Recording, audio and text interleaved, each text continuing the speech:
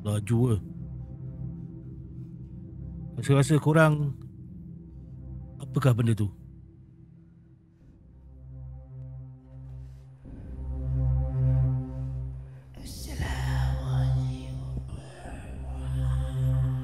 Dia bagi salam lah.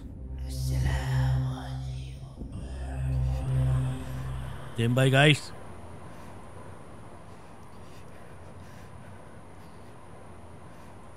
Allahu Akbar, Astaghfirullahalazim. Okay guys, apa pendapat korang tentang cerita tadi tu? Tak silap aku ni daripada cerita UXM Production So apa pendapat korang? Jangan lupa like, komen dan share dekat kawan. Assalamualaikum.